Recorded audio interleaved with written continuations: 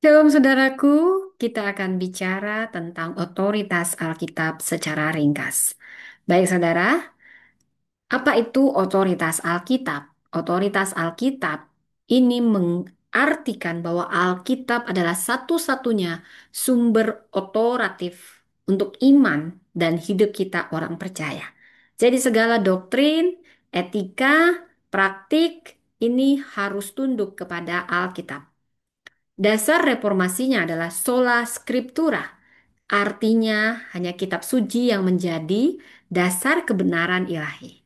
Dalam 2 Timotius 3 ayat 16 sampai 17, di sini ada penekanan bahwa Alkitab merupakan kanon tertutup.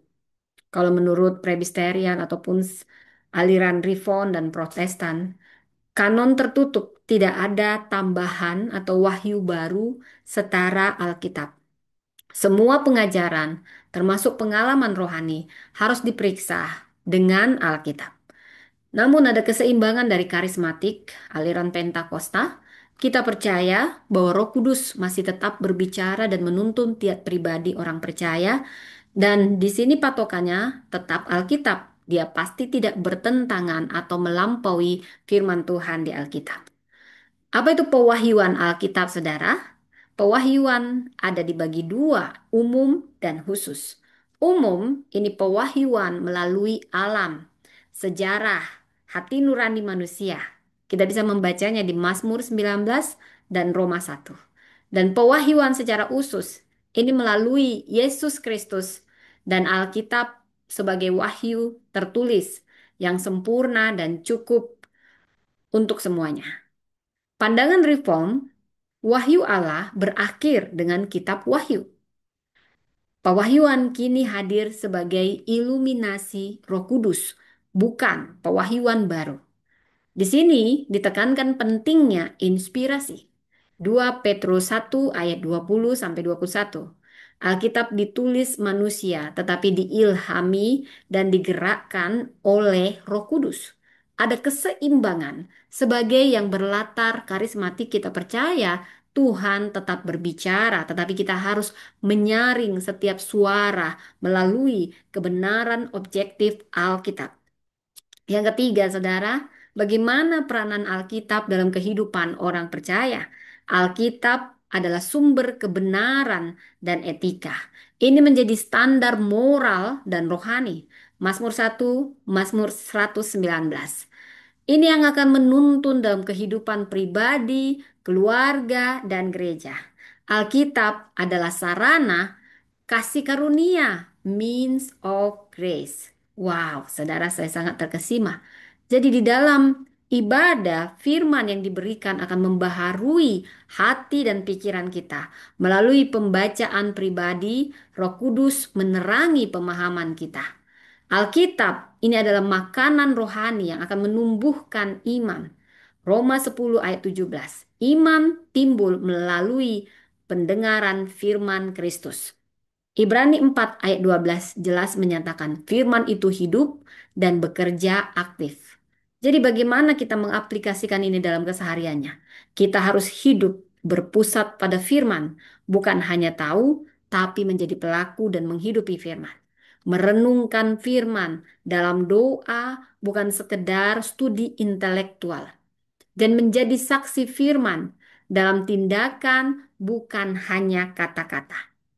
Saudara, saya memang berlatar belakang karismatik, tetapi saya mengakui dan tunduk pada otoritas final Alkitab sebagai firman Allah yang tertulis dan sempurna.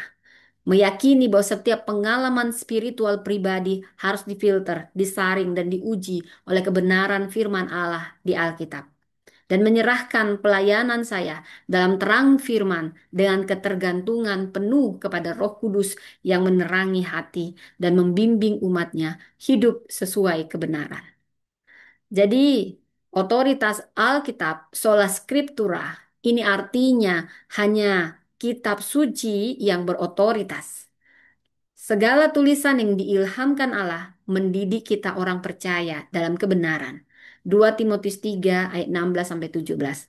Alkitab adalah firman Allah yang sempurna, satu-satunya sumber iman dan kehidupan. Kita tidak tunduk pada budaya, tradisi, adat istiadat, atau opini pribadi. Tetapi secara final dan absolut, kompas moral dan rohani orang percaya adalah Alkitab. Seperti kompas dalam badai, arah yang pasti akan diberi kompas di tengah guncangan zaman. Demikianlah Alkitab. Pewahyuan Alkitab, ini artinya bagaimana Allah menyatakan dirinya dalam Yesus dan firman-Nya. Bila kita membaca dari Ibrani 1 ayat 1 sampai 2, Allah telah berbicara kepada kita dalam anaknya Kristus. Pewahyuan secara umum, kita bisa melihat bagaimana ciptaan, adanya hati nurani dari Mazmur 19 dan Roma 1. Dan ada pewahyuan khusus, Yesus Kristus dan Alkitab. Wahyu tertulis yang final. Roh Kuduslah yang memberi iluminasi, bukan pewahyuan baru yang secara Alkitab.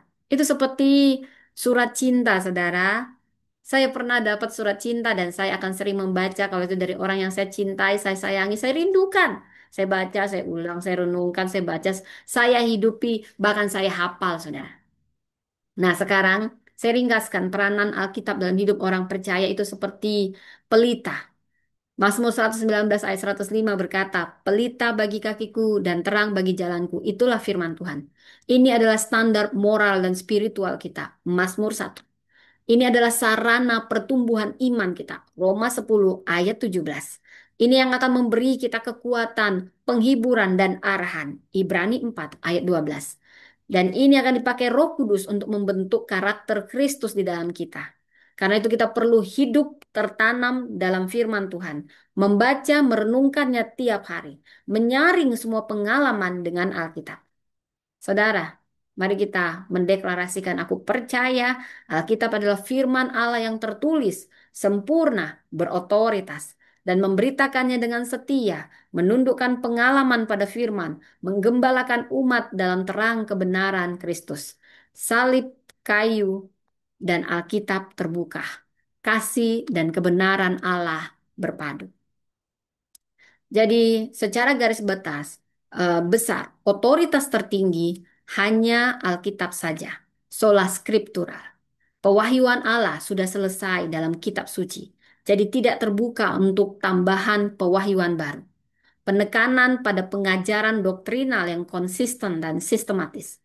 Roh Kudus yang akan menerangi untuk memahami firman, bukan memberi pewahyuan baru setara Alkitab.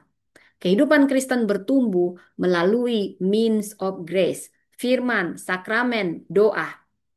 Saudara, memang dalam karismatik seringkali pewahyuan bisa termasuk nubuatan, mimpi, atau suara batin. Meskipun tidak setara dengan Alkitab, mereka sering menekankan pengalaman pribadi dengan Roh Kudus. Namun dua pendekatan ini sebenarnya bisa dipadukan dengan kehati-hatian dan kerendahan hati, dan dasarnya kompasnya tetap Alkitab, saudara.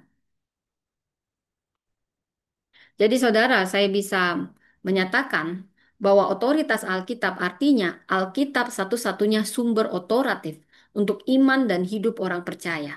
Dari segala doktrin, etika, dan praktik harus tunduk kepada Alkitab. Scriptura. Hanya kitab suci yang menjadi dasar kebenaran ilahi.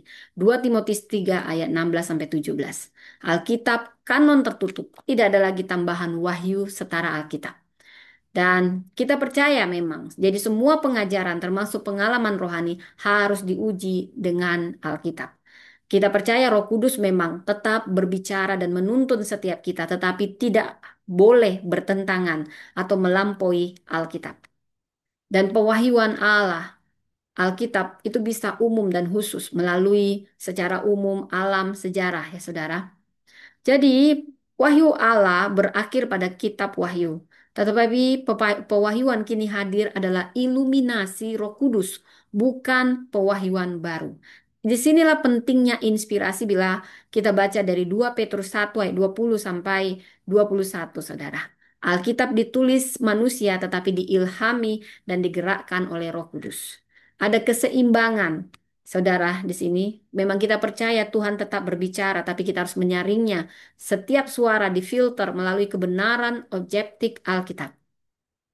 Jadi Alkitab harus menjadi sumber etika dan kebenaran, standar moral dan rohani yang menuntun kehidupan kita semua. Alkitab juga sarana kasih karunia. Di dalam ibadah, firman diberitakan untuk membaharui hati dan pikiran, dan melalui pembacaan pribadi.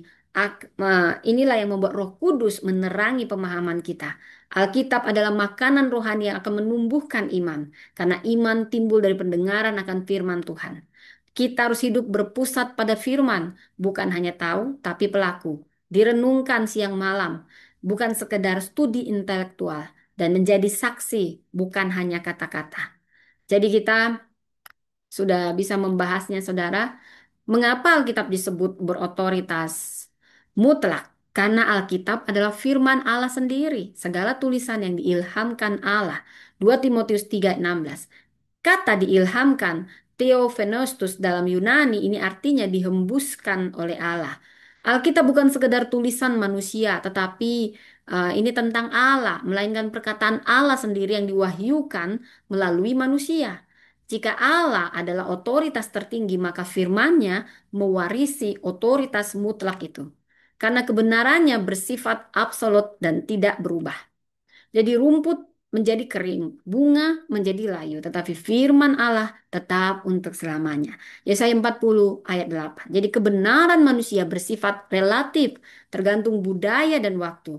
Firman Tuhan tidak tunduk pada perubahan zaman, tren moral, atau ideologi modern, tetapi Alkitab menjadi patokan mutlak dalam menilai benar salah, baik jahat. Karena Alkitab menyatakan Kristus sang kebenaran. Kamu menyelidiki kitab suci, sebab kamu menyangka bahwa olehnya kamu mempunyai hidup yang kekal. Padahal kitab suci itu memberi kesaksian tentang aku. Otoritas Alkitab bersumber dari Yesus Kristus sendiri, yang adalah jalan kebenaran dan hidup. Yohanes 14 ayat 6. Kristus adalah pusat pewahyuan, dan Alkitab adalah satu-satunya sumber tertulis yang menyatakan dengan benar. Alkitab juga otoritas mutlak karena Alkitab mampu menghakimi dan menyatakan hati. Ibrani 4 ayat 12 berkata, sebab firman hidup, firman Allah hidup dan kuat dan lebih tajam dari pedang bermata dua manapun. Artinya Alkitab bukan sekedar bacaan rohani, bukan. Tetapi punya kuasa aktif yang menembus hati, membongkar motivasi dan membentuk karakter. Karena hanya firman Allah yang bisa mengadili manusia dengan adil dan mengubahnya dari dalam. Dan Alkitab mutlak karena Alkitab menjadi standar penghakiman di akhir zaman ya saudara. Jadi dia berotoritas mutlak. Nanti di akhir zaman seperti dibilang, dikatakan di Yohanes 12 ayat 48, firman yang telah kukatakan itulah yang akan menjadi hakim pada akhir zaman. Pada akhirnya bukan opini, tradisi atau pengalaman pribadi yang jadi dasar penghakiman, melainkan firman Tuhan. Maka Alkitab memiliki otoritas yudisial, penghakiman. Jadi saudara, Alkitab berotoritas mutlak secara ringkas karena dia bersumber dari Allah sendiri yang maha kuasa. Dia mengandung kebenaran kekal dan universal. Dia menyatakan bahwa Kristus secara sempurna. Dia memiliki kuasa membentuk, menilai, dan mengubah hidup. Dan dia menjadi standar penghakiman Allah atas semua manusia. Tahukah saudara, saat Alkitab berbicara, Allah sendiri yang sedang berbicara pada kita. The Bible is the only book whose author is always present when one reads it. Tuhan memberkati.